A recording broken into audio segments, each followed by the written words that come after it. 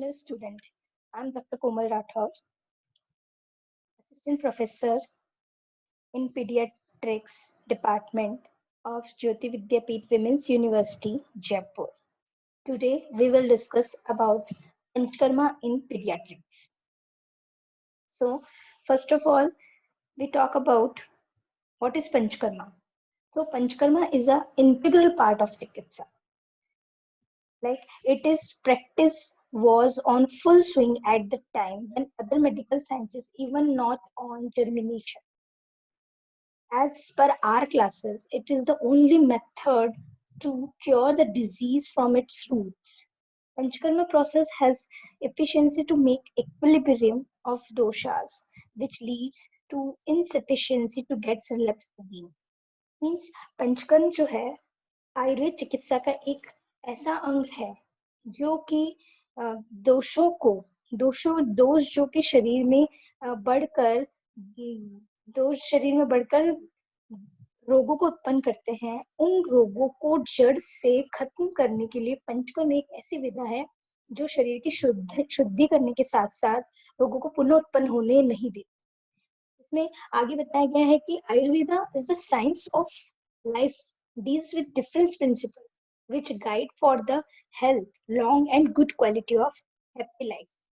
Mainly, Ayurveda concentrate on preventive, preventive aspect. One among them of the concept of Panchkarma. In pediatrics, in the present days, due to change of life, children suffers from many diseases and anxiety, stress, tension, depression, and deficient nutritive value in the root of food and environmental pollution, leading to different disorders. To overcome this and add few years of quality of life and healthy life through Panchkarma can play a very crucial role in contemporary health scenario in children. So again, come to the topic and talk about what is the benefits of Panchkarma in pediatrics. So we talk about Kashyap Samhita. Kashyap Samhita, Acharya Kashyap told that Basti is a amritam for the children. He wrote Kashyap Samhita to defining the Komar Bhritya to the Ayurvedic physician because it is a very difficult Basti procedure in children. He has given full description of disease and management along with the Panchkarma in pediatrics. जो आचार्य काश्यप हैं, उन्होंने शुरुआत में पंचकर्म चिकित्सा शुरुआत करने से पहले उन्होंने जो पंचकर्म के 5 प्रोसीजर होते हैं, वमन, विरेचन, रक्त मोक्षण, बस्ती और अनुवासन बस्ती, इन सबके अंदर बस्ती को अमृत कहते हुए अपने टेक्स्ट में लिखा है कि ये बहुत डिफिकल्ट होती है बस्ती, लेकिन ये बस्ती चिकित्सा जो है वो पंचकर्म का एक महत्वपूर्ण हिस्सा है जो कि बच्चों की डिजीज को रूट से खत्म करती है.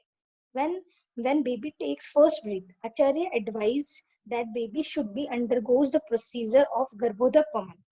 आचार्य ने बस्ती के साथ साथ यहाँ पे वमन चिकित्सा को बताते हुए, पंचकर्म के वमन मेथड को बताते हुए कहा है कि जब बच्चा जन्म लेता है तो उसे गर्भोदक वमन कराया जाता है. लाइक उसे सैंधव और घृत और सैंधव को मिक्स करके उसे चिटाया जाता है जिससे कि वो वमन करता है, वॉमिटिंग करता है, जिससे कि उसके अंदर अगर उसने कोई भी फॉरेन मटेरियल या उल्बक जिसे बोलते हैं एस्पायरेटेड फ्लूइड, एमनियोटिक फ्लूइड अगर एस्पायरेट कर लिया है तो वो ये गर्भोदक वमन कराने से वो बाहर निकल जाता है और बच्चे के प्राणों की रक्षा होती है. He told that those baby are vomiting the milk after breastfeed never suffer with the disease due to expulsion or excessive कफ दोष. और ये भी कहा जाता है कि जब बच्चा छोटा होता है और अगर वो एक्सेस में मिल्क फीडिंग कर लेता है तो वो जब वमन करता है तो वो भी एक्सेस में कफ दोष बढ़ने को रोकने के लिए एक ऑटोमेटिक नेचुरल वमन आचार्य कश्यप ने उस टाइम बताया है अपने टेक्स्ट में. आगे चलते हैं. आगे बताया है पंचकर्म का बच्चों में क्या मेन है. रोल उसके बारे में बताया है। The panchakarma defined by all Acharya but specification of the pediatrics as for panchakarma procedure as amrit for babies told by Kashyap procedure followed before panchakarma.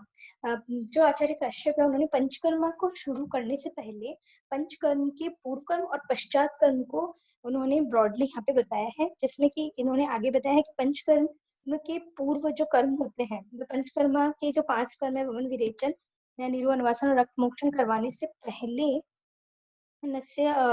ये रक्त मोक्षण को कराने से पहले हम दीपन पाचन प्रोसेस, स्नेह स्वेदन जो प्रोसेस कराते हैं उन्हें पूर्व कर्म कहा गया है। तो हम देखते हैं इसमें दीपन पाचन और इनमें क्या क्या प्रोसेस होता है। तो दीपन और पाचन में इन्होंने बताया है कि दीपन पाचन सबसे पहले द प्रोसेस ऑफ इम्प्रूविंग। अब दीपन पाचन क्या, दीपन पाचन करवाने से, पंचकर्म से पूर्व दीपन पाचन पूर्व कर्म कराने से क्या होता है। तो द प्रोसेस ऑफ इम्प्रूविंग, ये प्रोसेस क्या करते हैं, इम्प्रूविंग अग्नि has great importance in the normalize the body physiology. Agni is responsible for बल, वर्ण और आयु। इन्होंने आचार्य ने ये बताया है कि जो दीपन पाचन करवाते हैं तो इससे अग्नि को बल मिलता है, अग्नि स्ट्रांग होती है, और अग्नि स्ट्रांग होती है तो वो बच्चे के बल, वर्ण और आयु को बढ़ाती है। In paediatrics case we can use, pediatrics बच्चों के केस में अगर हमें दीपन पाचन कराना है तो हम मुस्ता, अतिविशत, त्रिकट्टु आदि मेडिसिन का यूज करके हम दीपन पाचन प्रोसेस करवाते हैं। आगे स्नेहन को बताया इन्होंने, स्नेहन is a very important for making of दोषा in soluble state and by which they easily get fluidity, made easy removal of doshas from natural orifice.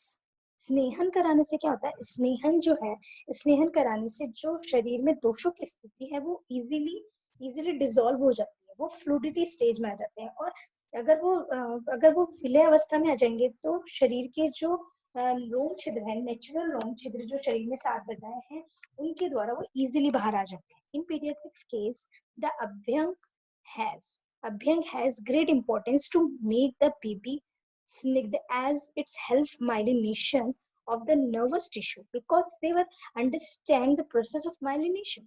इसमें बता रखा है कि हम स्नेहन कराते हैं तो स्नेहन 2 तरह का होता है, अभ्यंग, आंतरिक अभ्यंग और इंटरनल स्नेहन, और अभ्यंतर और आंतरिक, बाह्य और आभ्यंतर, बाह्य और आभ्यंतर करके 2 प्रकार के स्नेहन आचार्यों ने बताया है।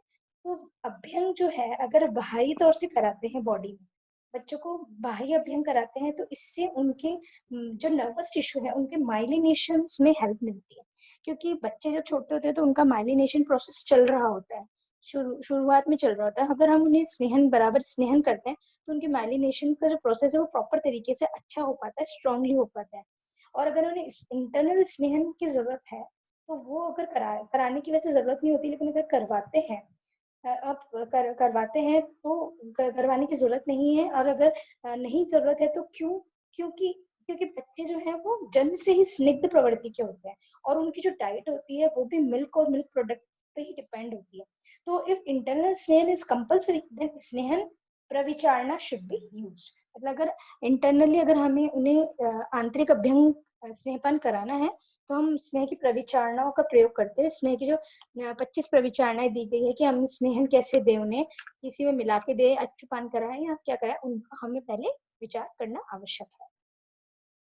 फिर स्वेदन बताया, तो स्वेदन सबसे पहले दीपन पाचन, देन स्नेहन, अब स्वेदन। आयुर्वेद में माना जाता है कि पहले स्नेहन कराएं उसके बाद स्वेदन का प्रोसेस करवाया जाता है। तो स्वेदन का प्रोसेस क्या होता है, स्वेदन procedure elevates the stiffness of body, reveals senses of heaviness and cures feeling of cold is known as स्वेदन। जैसे बता रखा है कि स्वेदन जो है वो बॉडी की स्टिफनेस को खत्म करती है, हैवीनेस को खत्म करती है, भारीपन को हटाती है और क्योर करती है कोल्ड फीलिंग से, क्योंकि स्वेदन कराते हैं तो शरीर की शीतलता खत्म हो जाती है। It is of 2 types of स्वेदन, साग्नि स्वेद और निराग्नि स्वेद। इन पीडियाट्रिक्स केसेस स्वेदन्स के टाइप्स जो है आचार्य ने 2 तरह के बताए, साग्नि और निराग्नि। तो इसमें बताया है स्वेदन process proper care should be taken due to soft, delicate and ill-developed sweet gland। अब इसमें बता रखा है कि स्वेदन प्रोसेस जो है वो प्रॉपरली करना चाहिए, क्योंकि बच्चे जो होते हैं वो सॉफ्ट होते हैं और डेलिकेट होते हैं। ठीक है। अगर उनको डायरेक्टली हम स्वेदन करेंगे तो उनके कहीं ना कहीं किसी ना किसी प्रकार का डैमेज हो सकता है। तो आचार्य काश्यप ने बच्चों के लिए टू स्पेसिफिक सेडेशन प्रोसेस बताए हैं। एक तो हस्त स्वेद, एक होता पाद स्वेद। हस्त स्वेद में इसमें बताया है कि बच्चों को कैसे स्वेदन देना है, कि हम बच्चों के अंदर कोई कॉम्प्लिकेशन नहीं हो, like burning, fainting, black reddish patches on the skin, तृष्णा ज्वर इत्यादि। क्योंकि अगर उन्हें स्वेदन देंगे तो बच्चे बहुत ज्यादा सोफिस्टिकेटेड होते हैं, तो उन्हें ये सब कॉम्प्लिकेशंस होने के चांसेस रहते हैं।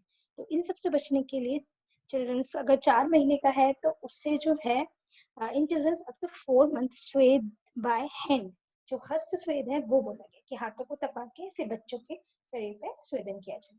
और अगर वो 6 महीने के बाद का है तो उन्हें फिर कपड़े पहना के फिर स्वेदन हम दें। पहले 4 महीने के लिए हस्त स्वेद और फिर बाद में उन्हें क्लॉथ्स वगैरह देके पाद स्वेद से हम ट्रीट कर सकते हैं। चिल्ड्रंस अबव 1 ईयर्स, अब 1 साल के जब ऊपर हो जाते हैं बच्चे तो उन्हें नाड़ी स्वेद, पिंड स्वेद, है ना, अफगान स्वेद, ये सब हम दे सकते हैं। अब ये पूर्व कर्म हो चुके हैं, इसके बाद हम प्रधान कर्म पे आएंगे। प्रधान कर्म में वही 5 चीजें होती है, वमन विरेचन, बस्ती, नस्य और रक्त मोक्षण। तो सबसे पहले हम वमन विरेचन की बात करते हैं। सबसे पहले वमन है। वमन is indicated in paediatrics just after birth as गर्भोदक वमन बाय यूजिंग बचा। बचा जिस एक मेडिसिनल प्लांट है जिसका नाम होता है एक्ट्रस कैलुमस एंड सेंधव. In the Shiraj baby, woman sadhya disease, woman done by applying madan fal on nipple along with the areola. इसमें बता रखा है कि वमन जो है, बच्चों को पीडियाट्रिक्स डिपार्टमेंट के बच्चों को जब वमन कराया जाता है तो इसमें गर्भोदक, बच्चे के होते गर्भोदक, जैसे कि मैंने आपको पहले बताया था, गर्भोदक वमन कराते हैं। बच्चा बच्चा और सैंडल को मिक्स करके बच्चों को चटाया जाता है। शीरत जो बच्चे होते हैं वमन साध्य डिजीजेस में, या फिर अगर उन्हें नहीं चटा पाते तो माँ का जो चूचक होता है उसके चारों तरफ उसके एरियोला पे मदन फल और वचा का लेप लगा दिया जाता है। फिर जब बच्चा उस निप्पल से दूध पीता है तो उसे वमन हो जाता है। द डोज है मदन फल की वो वेरी करती है। Indication of vamana is in body above the age of 5 year. और वैसे नॉर्मली अगर बेबी को वमन कराना तो उसकी एज 5 साल के बाद बताई गई है। चिल्ड्रन स्पेशली शीराद वॉमिटिंग स्पॉन्टेनियस। और जो बच्चे जो शीरद बच्चे होते हैं ना, शीराद बच्चे बच्चे क्योंकि जो आचार्य सुश्रुत है उन्होंने बच्चों को 3 तरह से कैटेगराइज किया है, शीरा, शीरनाद और अन्नाद। तो जो शीरद बच्चे होते हैं 1 साल से छोटी उम्र के जो दूध पीते हैं वो खुद ही जब ज्यादा एक्सेस में दूध पी लेते हैं तो खुद ही दूध को बाहर निकाल देते हैं, यानी कि जब वो मिल्क की वॉमिटिंग कर देते हैं, इससे क्या होता है कि उनका एक्सेस में कफ बढ़ने से रुक जाता है। तो यहाँ पे बता रखा है कि शीराद vomiting spontaneously even the presence of small दोषदुष्टि and they require no force vomiting. तो शीरद बच्चों को फोर्स में वॉमिटिंग कराने की जरूरत ही नहीं है, वो एक्सेस में दूध पीते तो खुद ही वॉमिटिंग कर देते हैं। यहाँ पे बता रखा है कि द नंबर ऑफ वुमन वेगास इज स्पेल दोषा। क्योंकि जैसा कि एडल्ट बच्चों में पंचकर्मा के लिए बताया गया है कि जो बड़े बड़े होते हैं एडल्ट, उनमें 4, 6, 8 वेग बताए गए हैं, वहीं बच्चों में अवर, मध्यम और प्रवर वेग के अकॉर्डिंग यहाँ पे बताए गए हैं। जैसे कनिष्क जिसको अवर बोलते हैं 2 से 3 वेग, मध्यम में 4 से 5 वेग आने चाहिए और उत्तम को 6 से 7 वेग माना गया है। यहाँ पे विरेचन की बात बताई गई है आगे। सेकंड प्रोसेस पंचकर्मा का विरेचन है। जनरली विरेचन कॉन्ट्राइंडिकेटेड इन चिल्ड्रंस। जनरली क्या होता है कि चिल्ड्रंस में विरेचन को कॉन्ट्राइंडिकेटेड माना गया। इफ नीडेड, अगर जरूरत हो तो इसको कैसे करना है। This procedure should be administrate with extreme caution. बहुत ही ज्यादा सावधानी की आवश्यकता होती है क्योंकि ये डिहाइड्रेशन कर देता है बच्चों में। बच्चे वैसे ही मृदु मृदु विरेचन औषधीय, मतलब बहुत ही मृदु होते हैं, स्निग्ध होते हैं बच्चे, तो उन्हें उन्हें विरेचन एक्सेस में हो जाने या विरेचन के कोई भी हैजार्ड होने से डिहाइड्रेशन होने के चांसेस रहते हैं। तो बच्चों को क्या करना है, ये बच्चे बहुत ज्यादा सोफिस्टिकेटेड है, तो उन्हें क्या करना है, मृदु विरेचन औषध का प्रयोग करना है। लाइक जैसे त्रिव्रत आता है, इसमें चतुरंगुल आता है, ये सब लॉजिस्टिकली कि भाई हमने चतुरंगुल से कराया या त्रिव्रत से कराया, क्योंकि त्रिव्रत को सुख विरेचक बोला गया, तो वो हम बच्चों के लिए यूज कर सकते हैं। और जो यहाँ विरेचन के वेग बताए गए हैं वो 2, 3 और 4 है। और जो एडल्ट में जिनके वेगों की संख्या कनिष्ठ, मध्यम और उत्तम में रिस्पेक्टिवली 10, 20 और 30 होती है, वहीं बच्चों में 2, 3 और 4 वेग को उत्तम बताया गया है। बस्ती can be use in alternation of विरेचन। यहाँ पे विरेचन को बच्चों में जनरली अवॉइड किया जाता है। विरेचन की जगह हम बस्ती का प्रयोग बच्चों में जनरली कर सकते हैं। यहाँ पे अब आगे थर्ड ऑप्शन बस्ती का है। बस्ती पंचकर्म का तीसरा प्रोसेस है। इन्हें बताया गया इन जनरल ऑल शोधन चिकित्सा बस्ती इज सुप्रीम एज अमृतम, क्योंकि आचार्य कश्यप ने बस्ती को अमृतम कहा। The age of administration of basti about 1 year of baby. It is very effective in development of baby as it develop paraneuron. Paraneurons को डेवलप करता है। पैरान्यूरॉन क्या है? Gastro endopancreatic endocrinal system which stimulate the nervous system for better thriving. Nowadays it is known as gut brain. It is also provided in many research work found to be statistically significant improvement in a case of cerebral palsy. Means cerebral palsy के जो patient होते हैं उनकी गट और brain system इन्हीं में damage होने की वजह से ये बीमारी होती है। तो अगर हम बस्ती के द्वारा संशोधन कराते हैं या बस्ती चिकित्सा हम बच्चों में देते हैं तो बच्चों का पैरान्यूरॉन सिस्टम यानी कि gastro endopancreatic endocrinal system strong होता है, इस वजह से उनका नर्वस सिस्टम बहुत इजीली और अच्छे से फलरिश होता है। तो जहाँ एंडोक्राइन से रिलेटेड या नर्वस सिस्टम से रिलेटेड डिजीजेस होती है उनको इजीली क्योर किया जा सकता है पंचकर्म के थ्रू। इस वजह से बस्ती को एक एक बेटर ऑप्शन माना गया है डिजीज ट्रीटिंग में। आगे इसे बता रखा है कि बस्ती जो 2 प्रकार की होती है, अनुवासन और निरूह बस्ती। तो यहाँ पे जो निरूह बस्ती है वो कर्षण करती है। तो यहाँ पे बच्चों के डेवलपमेंट में कोई किसी प्रकार की रुकावट नहीं आए तो आचार्य काश्यप ने निरूह बस्ती का यहाँ पे निषेध बताया है। उन्होंने सिर्फ बच्चों को अनुवासन बस्ती जो कि ऑयल डिपेंडेंट, जिसमें ऑयल की क्वांटिटी ज्यादा होती है, तो वो यूज करने के लिए बताई गई है। निरूह बस्ती का यहाँ पे निषेध बताया गया है।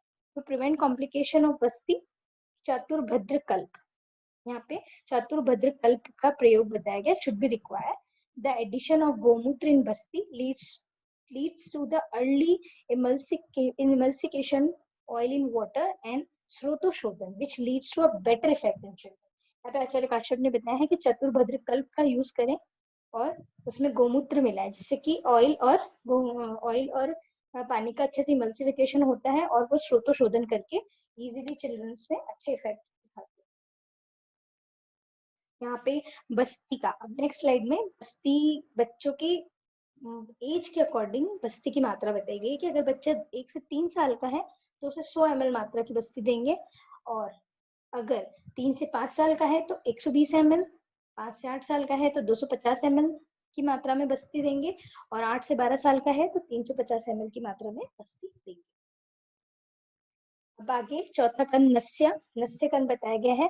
नस्य जो है वो ऊर्ध्व जत्रुगत मतलब हेड और नेक में जो कि कफ दोष से रिलेटेड बीमारियां होती हैं उनको दूर करने के लिए बहुत अच्छा माना गया है। तो ऐसा बोला गया है नासा ही शीर्षो द्वारम, क्योंकि नाक ही सिर का द्वार है। तो नस्य कर्म करने से ये नाक के थ्रू सिर के जो द्वार है उनको खोलकर नाक के थ्रू सर में होने वाली या जो भी शीर्षगत विकार है उन्हें दूर किया जाता है। तो administration of medicine through nasal route is known as नासा ही शीर्षोद्वारम। So all the disease related to head is the best treatment by this procedure. Kashyap told Nasya 2 types. Nasya के 2 types बताए हैं, शोधन और पूरण. The indication of Nasya is 8 to 80 years. जो indications बताए हैं नस्य के 8 से 80 साल के बीच में। हाँ, प्रतिमर्श नस्य can be used from the birth. अब यहाँ पे बता रखा है कि प्रतिमर्श नस्य जो है वो हम बर्थ से ही, चिल्ड्रन के बर्थ से ही हम उसे रेगुलरली प्रैक्टिस में ला सकते हैं। मदर जो है वो जब बच्चे की मसाज करती है क्योंकि बचपन में स्नेह का यूज किया जाता है। यहाँ पे पूर्वकल में मैंने स्नेह स्वेदन में बताया है, तो उसी समय 2 ड्रॉप आपको बच्चे की नाक में रोजाना प्रतिमर्श नस्य के तौर पे देनी चाहिए, तो बच्चे की ओवरऑल हेल्थ और ऊर्ध्व जत्रुगत विकारों के लिए श्रेष्ठ है। आगे हमने बताया रक्त मोक्षण, जो लास्ट 5वां कर्म है पंचकर्म का, रक्त मोक्षण। तो सुश्रुत टोल्ड दैट सुश्रुत ने जो शिरा वेद बताया है, शिरा वेद जो है सर्जरी चिकित्सा की अर्ध चिकित्सा है। इन आर शास्त्र द मेथड ऑफ रक्त मोक्षण एज एज श्रंग जलोका अलाबू श्रावेदन मेंशन, क्योंकि इसमें आचार्य सुश्रुत ने रक्त मोक्षण के 3 तरीके बताए हैं, श्रंग के थ्रू, जलोका के थ्रू और अलाबू के थ्रू। तो इनसे शिरावेदन करने से जितने भी रक्तगत विकार है उनको दूर किया जाता है। चिल्ड्रन हैज अपरिपक्व धातु, चिल्ड्रंस की अपरिपक्व धातु होती है तो उन्हें रक्तदृष्टि ज्यादा होती है। If disease is not cure by शमन थेरेपी, अगर कोई भी डिजीज है वो शमन थेरेपी से नहीं हो रही है तो पंचकर्म के थ्रू रक्त मोक्षण इसमें बताया है। इसमें जैसे कि बच्चों को जो गुदगुदन, अजगल्लिका, नीलिका, मुखपाक, चर्मदल, इस प्रकार के जो स्किन डिसऑर्डर्स हो जाते हैं उनमें रक्त मोक्षण बेस्ट है। द जलुका is the only mean of रक्तावसिक्तन इन पीडियाट्रिक्स केस। तो बच्चों में रक्त मोक्षण हम किस तरह से करेंगे, इसका सबसे अच्छा रक्तावसिक्तन रक्त मोक्षण का ही पर्याय है, तो उसके लिए सबसे अच्छा तरीका है जलोका। बच्चों में जलोका लगा के हम रक्त मोक्षण करके ये गुटकुट्टन, अजगल्लिका, नीलिका, मुखपाक, चर्मदल जैसे रोग है उनको हम दूर कर सकते हैं। तो इन लास्ट कंक्लूजन क्या निकलता है कि बच्चों में रक्त मोक्षण कराने का, पंचकर्म कराने का मेनली क्या क्या रीजन है या इनसे क्या कंक्लूजन निकलता है। तो panchakarma is a part of Ayurvedic management, it can not be ignore in paediatrics cases. In Ayurvedic literature, full description of Panchkarma in pediatrics is available. It is not practiced due to lack of practical exposure along with improper understanding of principle of Panchkarma in pediatrics. So we have to learn its proper principle of Panchkarma so we can use in pediatrics. So Panchkarma का आयुर्वेद में पंचकर्मा एक वरदान है। इसका प्रयोग बड़ों के साथ साथ बच्चों में भी करें। इसके लिए हमें इसके सिद्धांतों का अच्छी तरह से स्टडी करनी होगी, तभी हम इसका प्रयोग सभी आयु के वर्ग के बच्चों में और बड़ों में कर सकते हैं। Thank you.